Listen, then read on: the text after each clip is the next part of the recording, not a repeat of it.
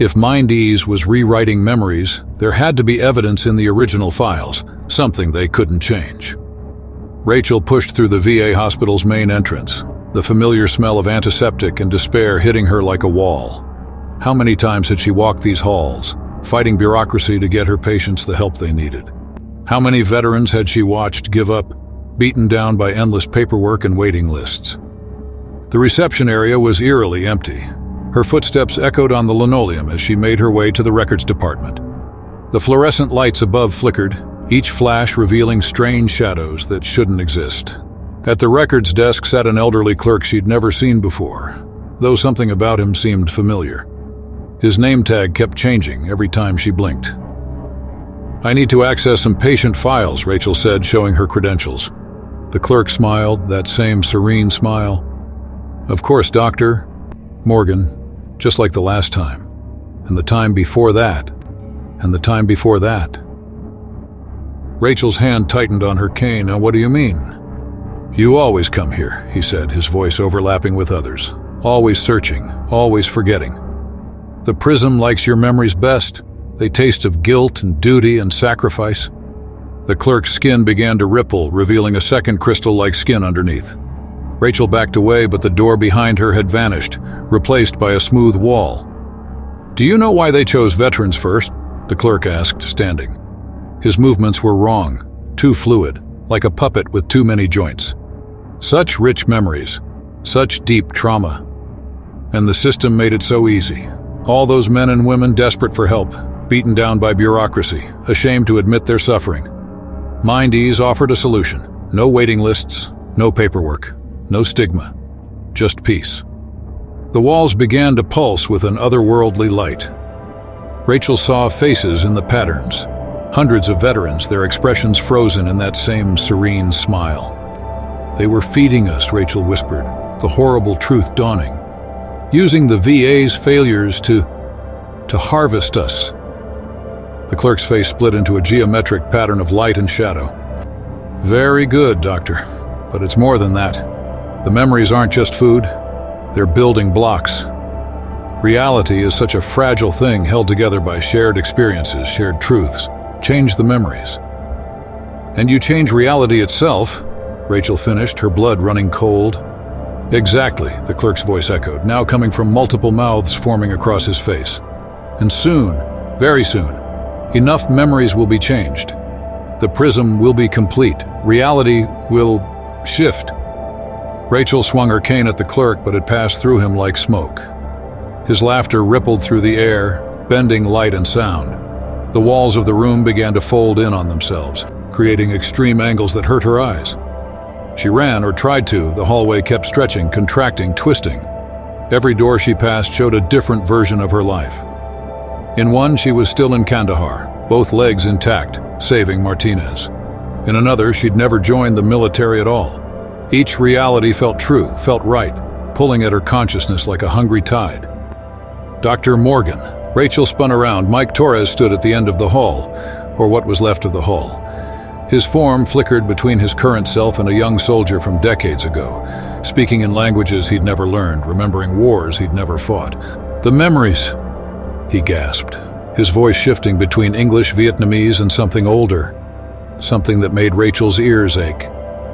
"They're not just taking them, they're mixing them, combining them, creating new ones. I remember dying in Khe Sanh. I remember the fall of Saigon. I remember things that happened thousands of years ago. When the prismatics first came." His eyes rolled back, revealing crystals where pupils should be. "They're coming, Doctor. The ones who built the prism. The ones who taught us how to store memories, how to reshape reality. They're so hungry, so very hungry." The floor beneath Rachel's feet became transparent. Through it, she saw something vast moving in the depths below the hospital. A giant prism like the inside of a kaleidoscope, pulsing with stored memories growing larger by the second. And around it, shapes that shouldn't exist, that could only exist here, in this collection of shattered realities. Rachel's leg seized with pain as reality buckled around her. She fell to her knees and the floor rippled like water. Through the waves of agony, she realized something. Her injury, her trauma, was somehow anchoring her to reality. The pain was real, undeniable, a truth that even the prism couldn't fully erase. She grabbed Torres's arm. "Mike, listen to me. Remember who you are. Remember your real memories, your real pain. Don't let them take it." "Too late," he smiled, his face beginning to fragment into prismatic shards. "The memories are still there, but they don't hurt anymore. They don't hurt. They don't... His body collapsed into patterns of refracted light and absorbed into the growing chaos around them. Rachel stumbled back, her cane striking the floor with a resonant ring that seemed to momentarily stabilize the shifting reality. The sound of her cane striking the floor echoed strangely, rippling outward like a stone, dropping and cracking the ice on a barely frozen lake. For a brief moment, reality snapped back into focus. The walls straightened. The prism-like angles retreated. Rachel looked down at her cane with understanding. The titanium wasn't just metal. The symbols etched into its surface weren't random. They were like the crystalline structures she'd seen, but different, opposing, anchoring.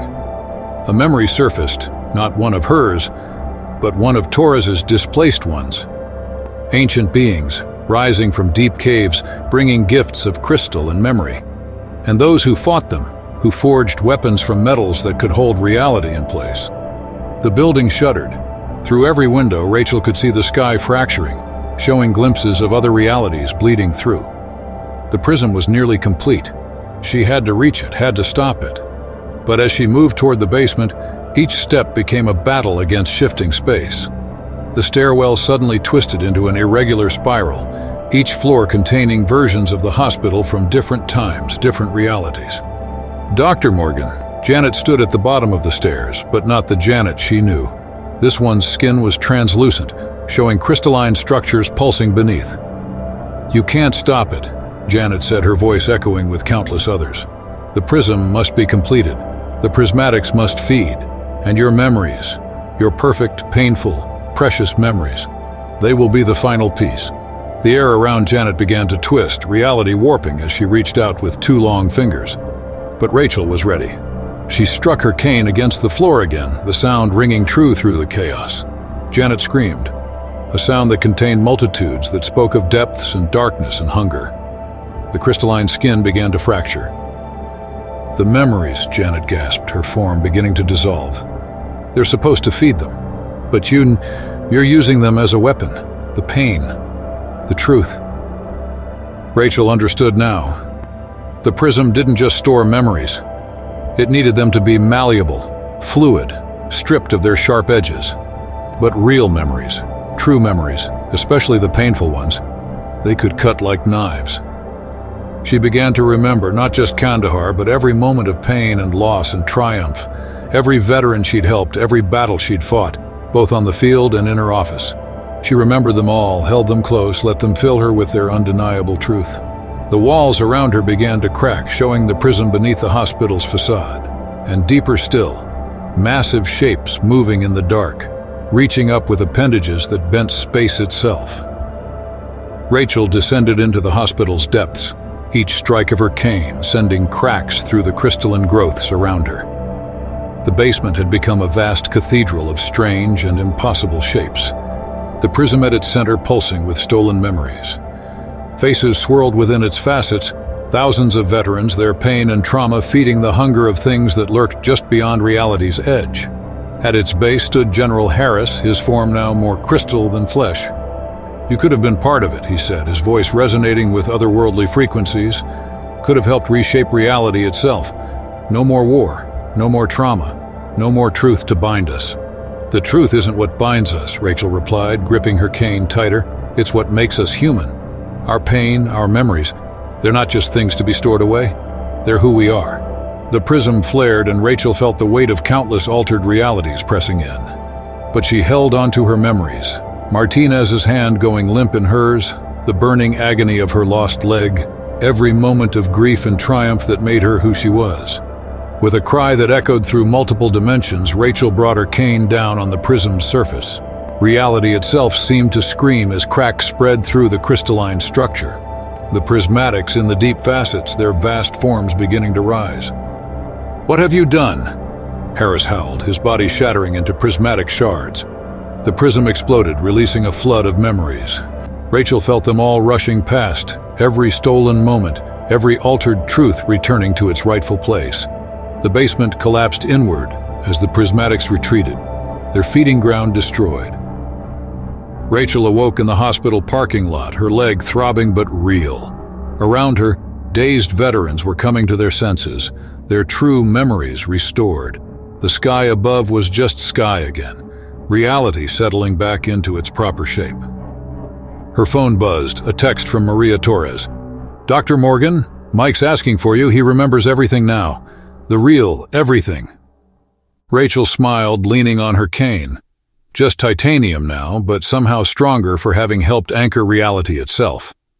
The truth wasn't always comfortable, but it was theirs. And she would keep fighting to protect it, one memory at a time. She turned toward her office, ready to help her patients face their real memories, their real pain. Because sometimes the only way to heal was to remember, truly remember, who you were. We live in a world obsessed with quick fixes and painless solutions. Every day we're offered new ways to numb our pain, to forget our traumas, to smooth over the rough edges of our experiences. Seductive promises and solutions often seem too good to be true, because they are. Our memories, especially the painful ones, are not just data to be stored away or deleted at will. They are the very fabric of who we are. Every scar, every loss, every moment of grief or trauma, they shape us, strengthen us, make us human. To erase them, to numb them completely, would be to erase pieces of ourselves. Healing doesn't mean forgetting. It doesn't mean erasing the pain or pretending it never happened. Real healing means facing our memories, processing them, integrating them into our understanding of ourselves. It means acknowledging both our wounds and our survival. Your memories, even the painful ones, are not your enemy. They are your story, your truth, your strength. Don't let anyone or anything take them from you. Because in the end, it's not the absence of pain that makes us whole. It's our ability to carry it, learn from it, and help others along their own journey of healing.